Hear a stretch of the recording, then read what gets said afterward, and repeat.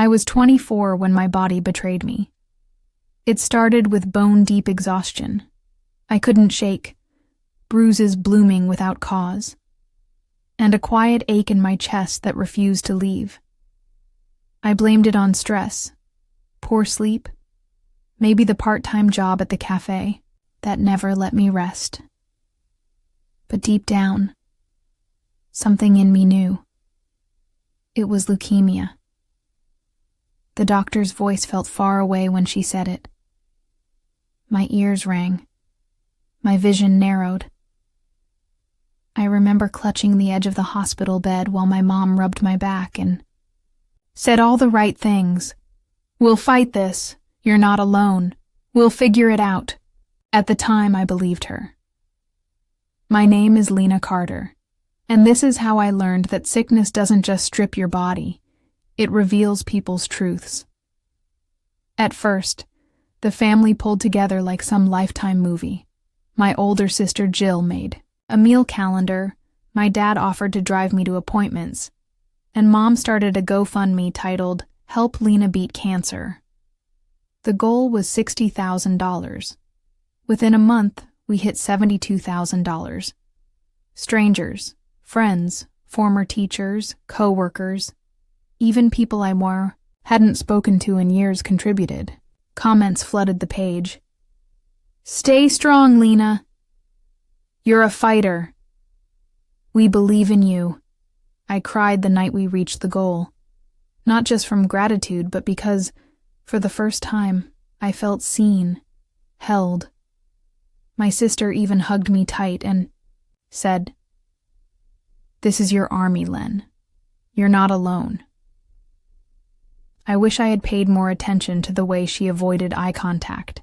Chemotherapy began. It was brutal. My hair fell out by week 4.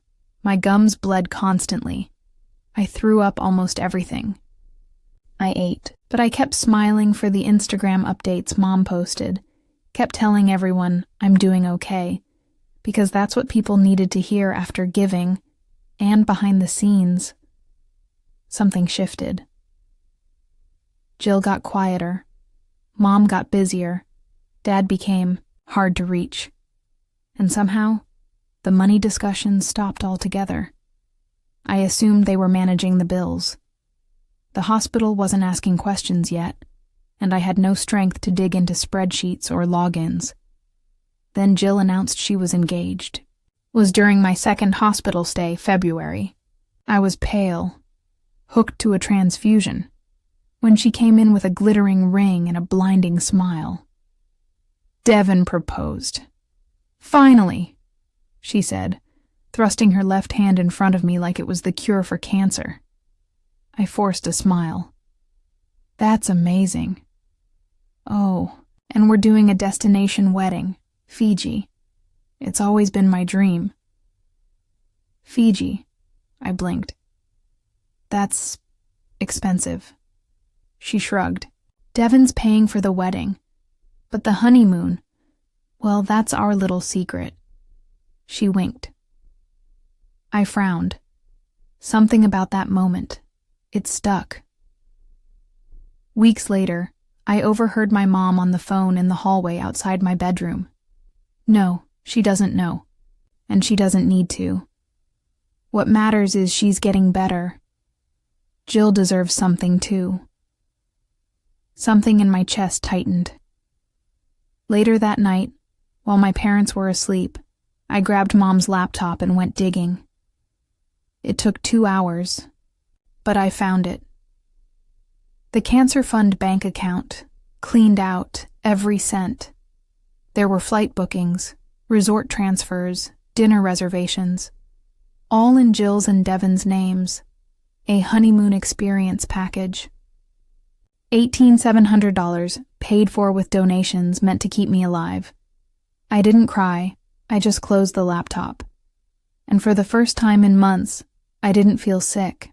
I felt cold, sharp, alive in a different way, because I wasn't just fighting leukemia anymore.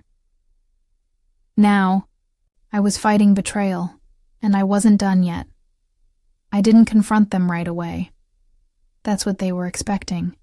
An emotional explosion, a sobbing mess, the poor sick sister moment that could be dismissed as a chemo mood swing. But no, I gave them nothing. Instead, I became quieter, observant. I started watching the way Mom averted her eyes when hospital bills arrived in the mail. The way Jill's excitement about wedding planning was always tinged with defensiveness when she mentioned money. The way Dad, who used to call daily, barely texted anymore. I was a weight, a burden, a walking, breathing inconvenience to the celebration they thought they deserved, and they had the audacity to spend what wasn't theirs, because they thought I wouldn't survive to notice. I waited 3 weeks before asking. We were at dinner. Jill, Mom, and me. I was home for a short break between chemo rounds. My skin was pale, my head bald under a knit beanie, my body a little smaller. But I'd learned that looking weak made people underestimate you. That was the point. So, I said, pushing a few peas around my plate. When are you heading to Fiji? Jill's fork paused midair. Oh, 2 days after the wedding. Just for 10 days. That's exciting, I smiled. You booked the honeymoon already, right? She blinked. Yeah. Why? I shrugged. Just wondering if it came out of your fund or Devin's? She glanced at Mom.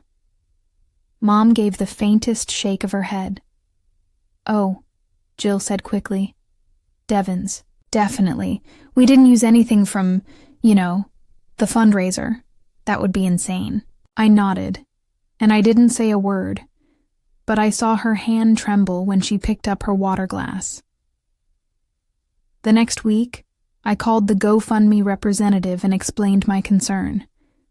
I gave them the receipts I'd screenshotted, the dates, the names, on the booking confirmations. They were stunned. Apologetic, said they'd escalate it and open a case. That was fine. I wasn't expecting them to fix it. I just needed documentation, evidence, a paper trail of betrayal. After that, I started preparing in silence. What they didn't know was this. I'd been offered a clinical trial spot at a specialized facility out of state. The doctor said the odds were better there, higher survival rate, but it wasn't covered by my local insurance, and the deposit alone was $28,000. I never told them, because I knew they wouldn't offer help. Not anymore. So, I told my nurse friend Danielle instead, and Danielle had a friend who worked in journalism. 3 weeks later, a message popped up in my inbox. Subject: follow-up. Potential medical fund misuse story. Need verification. Hi Lena, I'm investigating a string of cases involving the misuse of medical fundraisers. I was passed your information via a trusted contact. Would you be willing to share your story, on or off the record? I sat with that email for a long time. I imagined my parents' faces if the truth ever got out. Jill's wedding plans splintering into dust. But then I remembered the IV needles, the months of nausea, the bills piling up while they drank champagne and posed in bride tribe robes, and I replied, on the record, I have screenshots, emails, bank data, and the hospital's unpaid invoices. A week later, we met in a quiet cafe. Her name was Nia, the reporter. She was calm, respectful, sharp-eyed. She listened as I laid everything out. She recorded only when I said yes. She asked for receipts, and I had them printed and organized in a folder. By the end of the interview, she looked shaken. I'm not gonna lie, she said quietly, packing up. This story will hit people hard. The betrayal, the optics, you being sick. It's infuriating. Then let them be furious, I said. She nodded. You sure you're ready for what happens when this goes public? I looked her dead in the eyes. I've already lost everything. Let them lose something, for once. But I didn't stop there. That night, I made a separate call to my Uncle Peter, my mom's estranged older brother. He hadn't been close to the family since their inheritance feud a decade ago. But I remembered something about him being a lawyer. I told him everything, and to my surprise, he didn't just believe me. He got angry. They used a charity fund set up in your name for a vacation, he said, his voice rising. That's criminal, Lena. I don't want them arrested, I said calmly. I want them exposed. I want the world to see who they are. He exhaled slowly. Then let's build the case. But I'll need time. I've got time, I said. Not much, but enough. Meanwhile, Jill's wedding countdown blared louder with every Instagram post. 20 days until I say I do. Dress fitting with my best girls, minus Lena, she's still not up for it. Fiji, here we come, they kept posting. Smiling, pretending.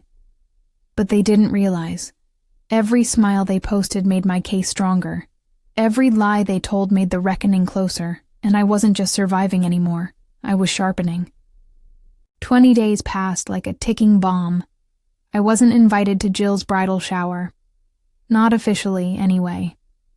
But I saw the photos, posted everywhere. Her in white, a sash across her chest that read, Future Mrs. Davidson.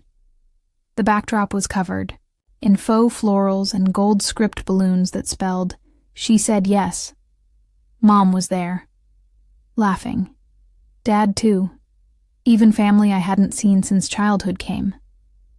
Cousins, aunts, people who used to hug me tight when I was the sick little girl they prayed for.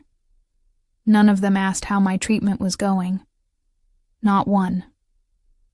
I went to my next chemo session alone. Danielle couldn't come that day.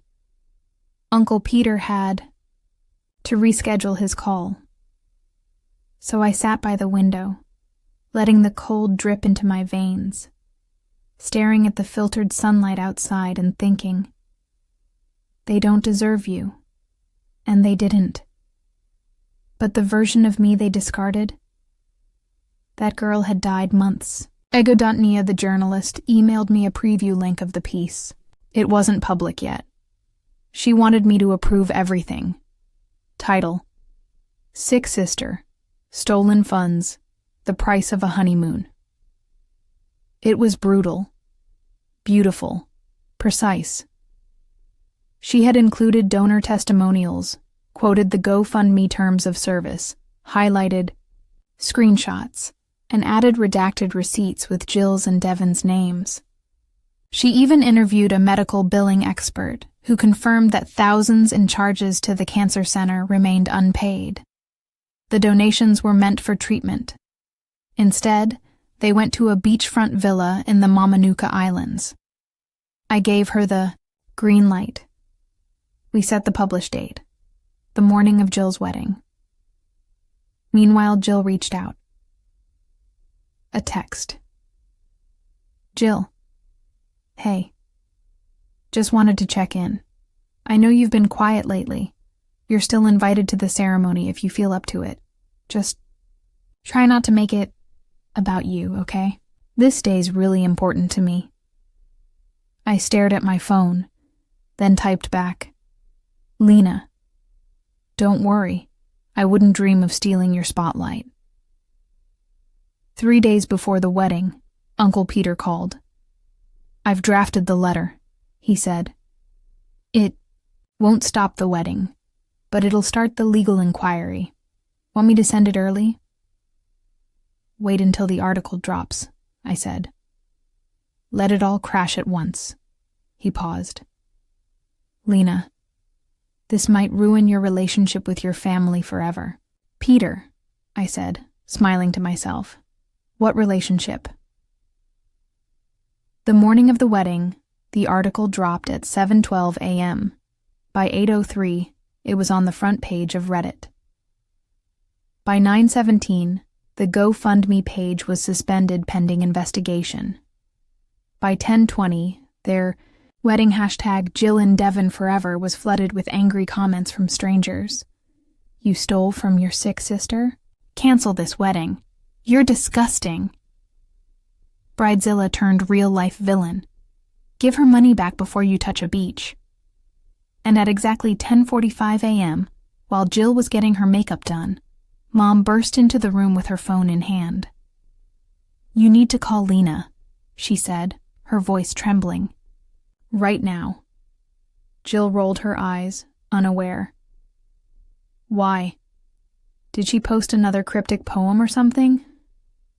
She talked to the press. Jill blinked. What? My phone rang 12 times. I didn't answer. I was sitting on the hospital rooftop, garden in a hoodie, earbuds in, sipping a warm smoothie Danielle brought me. The sun was soft, the air cool. By noon, I had over 300 new messages, half from strangers thanking me for speaking up, half from family members who suddenly remembered I existed, but the best one came from GoFundMe's legal department. We formally escalated the fraud claim. Jill Carter and Devin Davidson are being requested to return the full sum immediately or face potential legal action. The wedding went on. Barely. They moved the ceremony to a private estate, away from the original venue which canceled once the article trended, the guest count dropped, the florist didn't show. Devin's best man backed out, and when Jill walked down the aisle in her glittering dress, mascara streaked down her cheeks, because no one was looking at her with love. They were looking at her like they just realized who she really was. I didn't watch the live stream. I didn't need to, because I was already planning the next step. They thought the article was my revenge? That was just the announcement.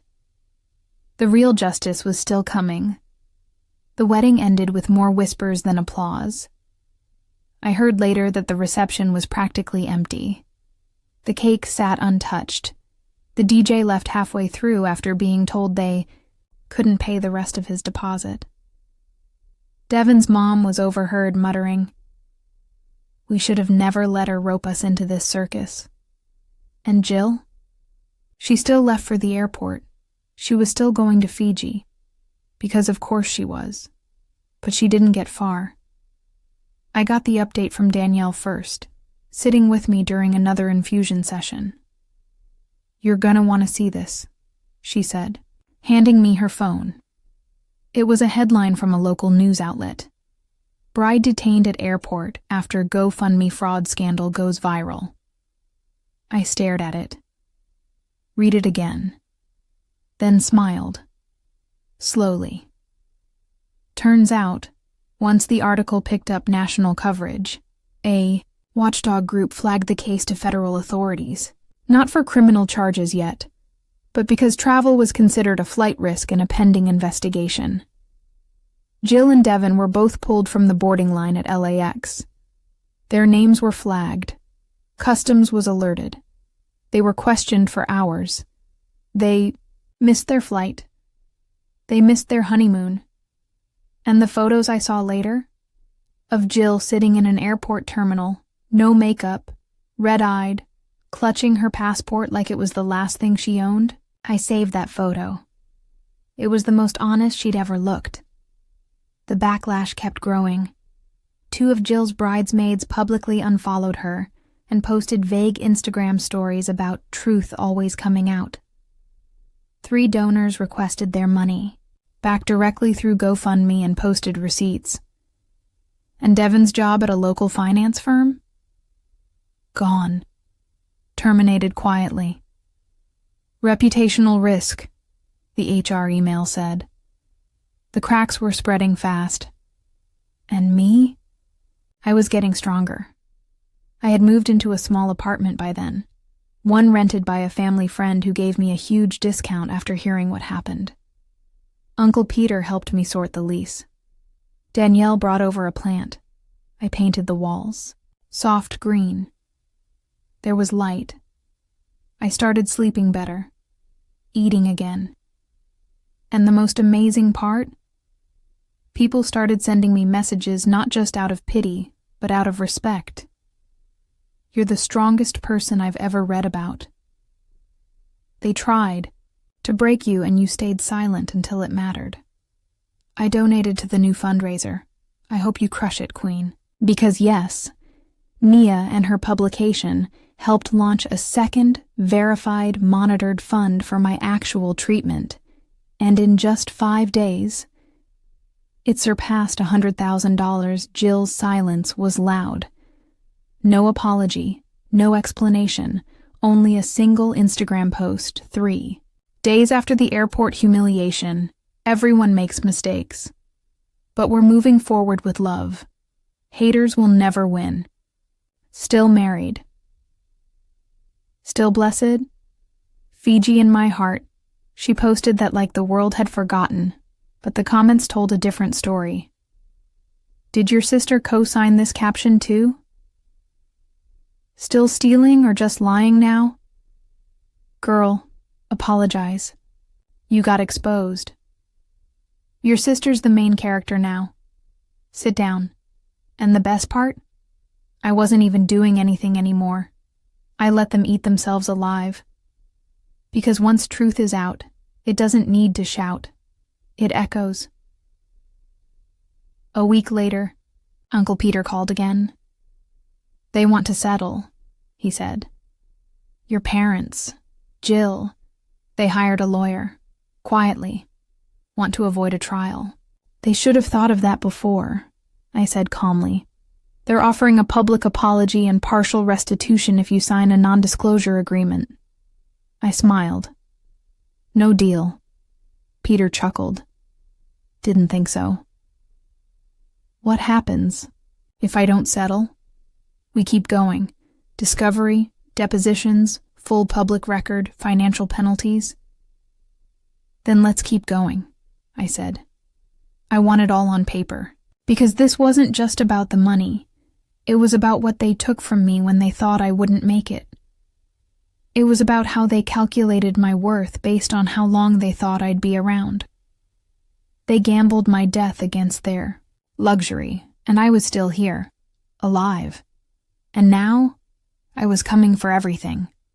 They thought I would disappear, that once the headline faded and the hashtags quieted, I'd go back to being the shadow in the corner, bald, weak, pitiful, the forgotten sister, the disposable daughter.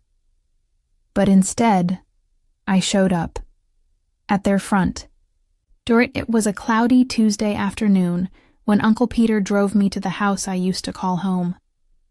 He waited in the car while I stood on the porch, heart steady. Mom opened the door, startled. Lena, what are you?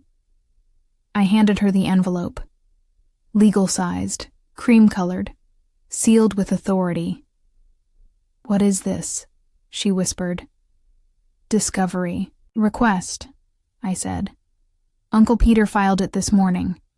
You and Dad have 21 days to comply. Her face drained of color. I didn't want this, I continued quietly. But you made sure I had no choice. Then I turned, walked down the steps, and never looked back. By Friday, Jill had called 4 times and left 2 voicemails. This is sick, Lena. You're tearing the family apart. You could have talked to me. You didn't have to humiliate us. You're making me look like a criminal. I didn't do it to hurt you, okay? I was under pressure. I needed something good in my life. I didn't respond, but I saved the messages. They might be useful later. Meanwhile, Uncle Peter was relentless. He submitted subpoenas for all financial transactions related to the fundraiser. He requested testimony from Devon, who had started distancing himself publicly from Jill, removing posts, changing his bio, staying silent online. And the court granted it. Jill's attorney tried to stall, but momentum was on our side. Each time, a donor came forward with receipts. Each time a media outlet reposted Nia's article. Each time a clip of my interview circled TikTok again. The weight of what they did grew heavier. This wasn't just fraud anymore. This was precedent. And while the world watched them squirm, I got better.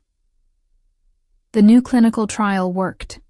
My blood work stabilized. My strength returned. I started journaling. Again, painting again. Danielle and I took short walks. Sometimes I even caught myself laughing without guilt. Survivorship felt real, not just survival, but choice, motion, reclaiming. And with every inch of health I regained, I felt the fire in me burn brighter, because I wasn't just healing my body.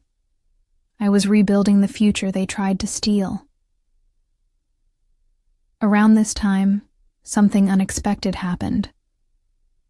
One of Jill's old college friends messaged me. We'd never spoken before. "Hey Lena, I don't want to stir things, but Jill told everyone you approved the money thing. Said you were in on it at first. I believed her. I feel awful now. If you ever need someone to testify, let me know." She lies to protect herself. Always has. It was the final crack in Jill's carefully sculpted victim narrative. People were starting to question, not me, her, and Devin. He folded first. His lawyer contacted Peter with an offer. A signed affidavit, confirming he knew the money was for Lena's cancer care, and that Jill assured him it was her account to manage. He also offered to return his share of the money. It wasn't out of guilt, it was to save himself. We accepted his statement, and I requested that he send it with a formal apology. On paper. He did. 2 pages, single-spaced. I didn't read it right away. I just filed it with the others. The lawsuit was moving forward. Slowly but surely. My family didn't speak to me anymore. Not directly. But I knew they watched. Mom still checked my stories. Dad unblocked me after months. Jill's Instagram had gone private, and every week, more pieces moved into place. A donor support group formed under the hashtag Justice for Lena Naya published a second article titled "She Survived Her Illness." Now she's surviving her family. I received a letter from a cancer advocacy group inviting me to speak at a youth summit next year. I said yes, because I had something to say now, and people wanted to listen. But the best moment? It came on a rainy evening in April, when Uncle Peter emailed me the latest court filings and attached a photo at the bottom. It was a scanned copy of the new case heading, Lena Carter versus Jillian Carter et al. Filing status, active civil litigation. Medical fund misuse and emotional damages. Estimated compensation range, $250,000 to $500,000. I stared at the screen for a long time, not for the number, but for the name at the top. Mine. My name, spelled correctly. Bold, and no longer tied to sickness, or sympathy, or silence, but to justice. Jill used to thrive in the spotlight, when she controlled it. She was the girl who lived for birthday speeches, who staged teary surprise moments for Instagram, who once practiced crying in the mirror because she thought it made her eyes more sympathetic. But this was different. This spotlight was colder, unforgiving, and worst of all, it wasn't hers to shape anymore. It started after Nia's second article went viral. The line between local Scandal and national conversation shattered. Advocacy groups picked it up. Podcasts. Cancer survivors. Financial ethics experts. TikTok was ablaze with reaction videos. People dissecting screenshots and replaying audio from my first recorded interview. They weren't just angry. They were invested. One TikTok got over 4.3 million views in 48 hours. A girl in a pink hoodie, crying on camera, said, "My mom passed from leukemia. I watched her go without meds because we couldn't afford them. To see someone use a cancer fund for a honeymoon? I have no words. Lena, you're a hero. You didn't just speak, you stood." The comments under that video, full of people reposting links to my new verified fundraiser, tagging media outlets, even calling for a Netflix doc. I didn't ask for any of this. But I was no longer a footnote in Jill's world. I was the headline in mine. Meanwhile, Jill's world was shrinking. Her old workplace, where she had returned briefly after the wedding, suddenly listed a job opening. With her exact title, her closest bridesmaid Audrey quietly deleted every wedding post. And the kicker? One of Devon's groomsmen uploaded a YouTube video titled, "Why I Walked Out of Jill's Wedding, The Real Story." I didn't even know his name before that, but now he had more subscribers than Jill had wedding guests. Inside the legal proceedings, things shifted too. Devon's affidavit became a bombshell in pretrial mediation. His words were clear. Jillian told me the donations were hers to use. I asked twice. She insisted. She said Lena was already lucky enough to have people care, that she deserved something for putting up with all the drama. Her lawyer tried to spin it.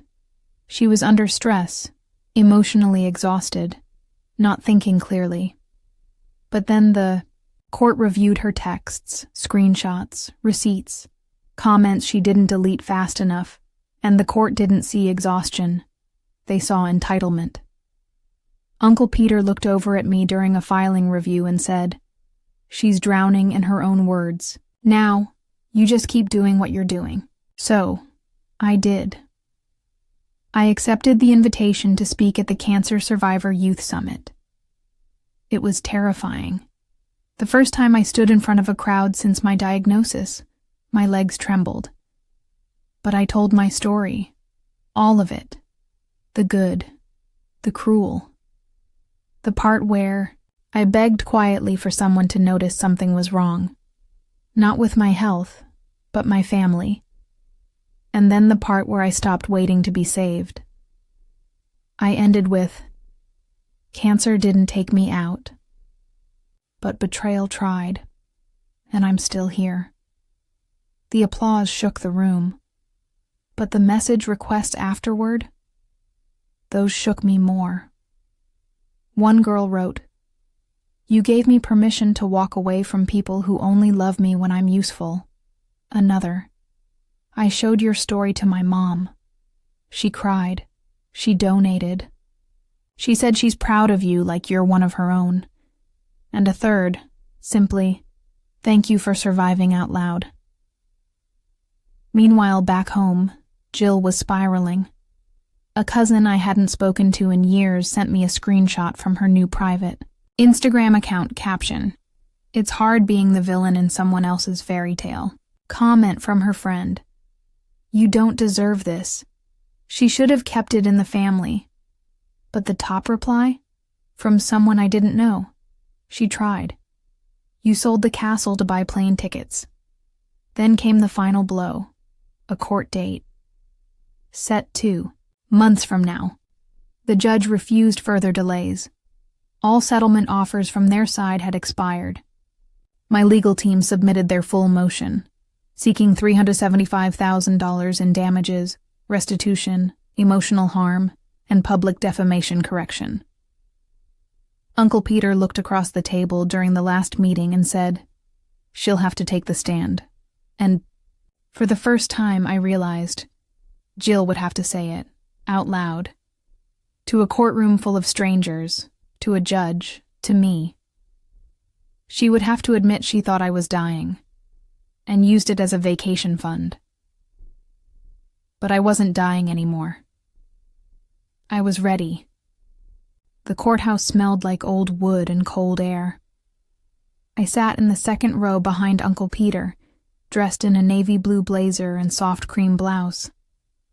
I didn't wear a headscarf that day. My hair had started growing back, short and stubborn, like it had something to prove. So did I. The courtroom was small, maybe 20 people at most, but it felt cavernous. Every cough echoed. Every shuffle of paper was a thunderclap. Jill entered through the side. Her hair was perfectly curled. Her makeup, heavy. But she looked thinner than before, tired in a way not even filters could erase. She didn't look at me. Devin followed behind, avoiding eye contact with everyone. He wasn't part of the defense anymore. He had turned witness.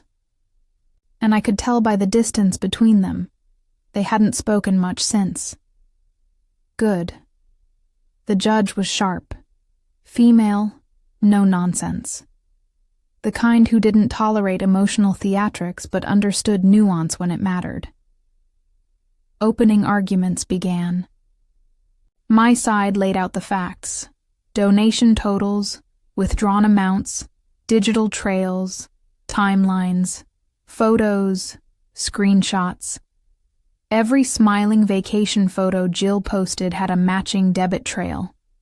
The defense tried to argue miscommunication, that Jill never intended harm, that it was a blurred family boundary. But the judge leaned forward and asked, was the money spent on a trip to Fiji or not? And Jill's lawyer had to answer, yes, Your Honor. From that point on, the courtroom shifted. Was called to testify before lunch. I walked to the stand steady. Not because I wasn't afraid, but because I had earned this moment. Sworn in. Seated. Microphone adjusted. My hands didn't shake.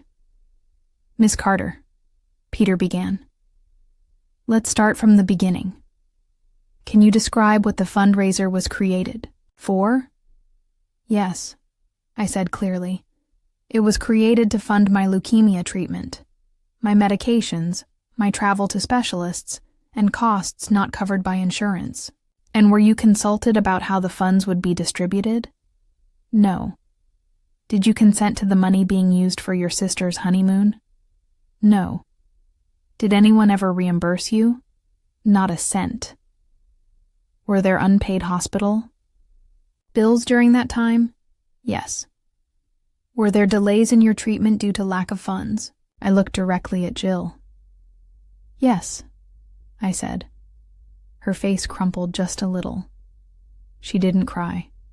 She didn't look away, but her mouth tightened like she wanted to scream and couldn't. Good. Let her hold that. When cross-examination began, her lawyers' tone softened, almost performative. Lena, do you believe your sister was intentionally trying to harm you? I believe she prioritized herself over my survival. Do you believe she understood the full impact of her actions? She understood enough to lie about them. That landed. Even the court stenographer paused slightly, like she needed a second to catch up.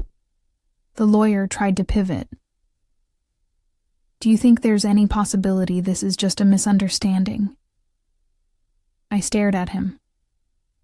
I think it's a betrayal, and I think you can't misunderstand a plane ticket that cost more than my chemo round. Silence. Then, no further questions. After lunch, Jill took the stand. She adjusted her dress, tugged at the hem, tried to smile at the judge. Peter let her talk first. Tell us in your own words what happened, he offered. Her voice cracked on the third sentence. I was overwhelmed, she began.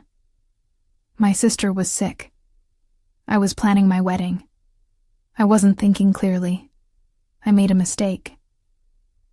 He nodded slowly. Was it a mistake when you told Devin the funds were yours to manage? Her breath caught. I didn't mean... He cut in. Was it a mistake when you booked a luxury beachfront villa while your sister was in the hospital? I didn't know she wasn't being treated. We have medical logs showing she missed her injection round that week due to uncovered costs. A beat passed. Then the room turned quiet. Do you think you deserve sympathy today, Mrs. Davidson? She blinked rapidly. I don't know, she whispered. That was the truest thing she'd ever said. The judge called for a break.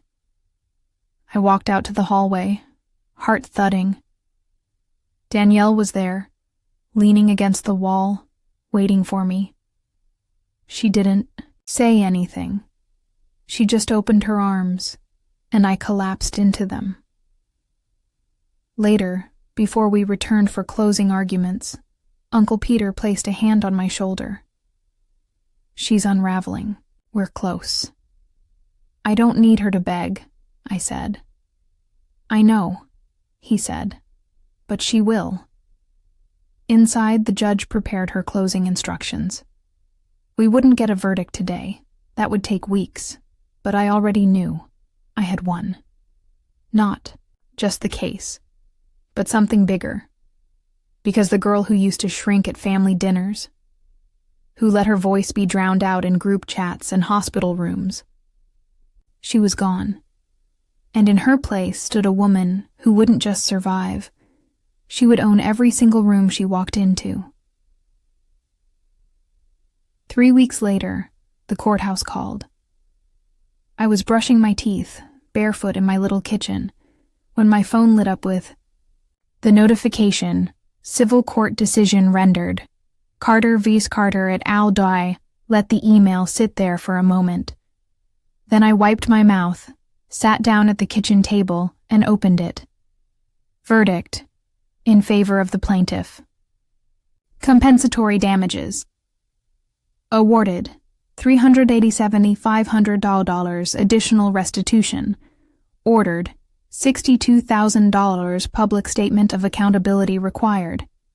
And at the bottom, the court recognizes significant emotional distress resulting from a clear, deliberate misuse of medical funds and familial deception during a vulnerable period.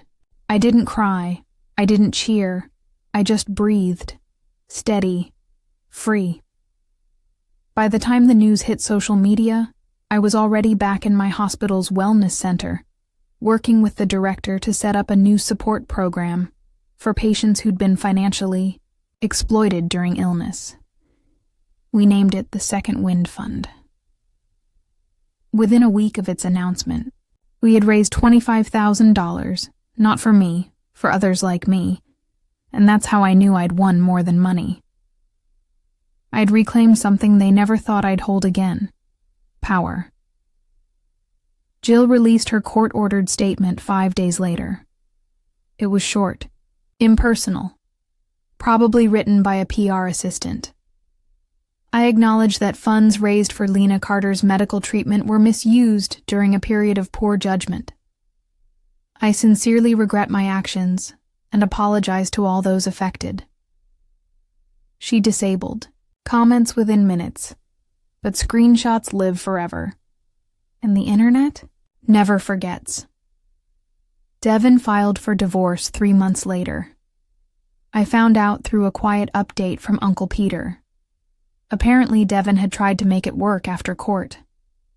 But Jill's bitterness, her inability to take ownership, drove a wedge too, deep. She lost the house they were renting, moved back in with Mom and Dad, and while I didn't gloat, I didn't offer sympathy either. Because what they lost wasn't just money, it was access to me. The last time I saw any of them was at a grocery store downtown. Jill, pushing a cart. No makeup, wearing an oversized hoodie. She looked smaller. Not physically, just dimmer. Like life had burned off the gloss. She saw me, paused, opened her mouth like she might say something. I just walked past her, not out of cruelty, but out of clarity. Some people are too dangerous to let close again, no matter how many apologies they rehearse. I rebuilt everything. From the ground up, new home, new community. I gave guest talks at universities, wrote articles, mentored patients, helped others navigate grants, protections, systems built to forget people like us. And when people asked how I survived, I always said the same thing. They took the money and left me behind. I took the truth and built a life they can't touch. 1 year later, I was invited to speak at a national conference. The organizer handed me my badge, keynote speaker, Lena Carter. I stepped onto the stage, looking out at a sea of people who didn't see a victim, or a headline, or a girl wrapped in hospital sheets. They saw a woman, standing, whole, unapologetic, and finally, unforgettable.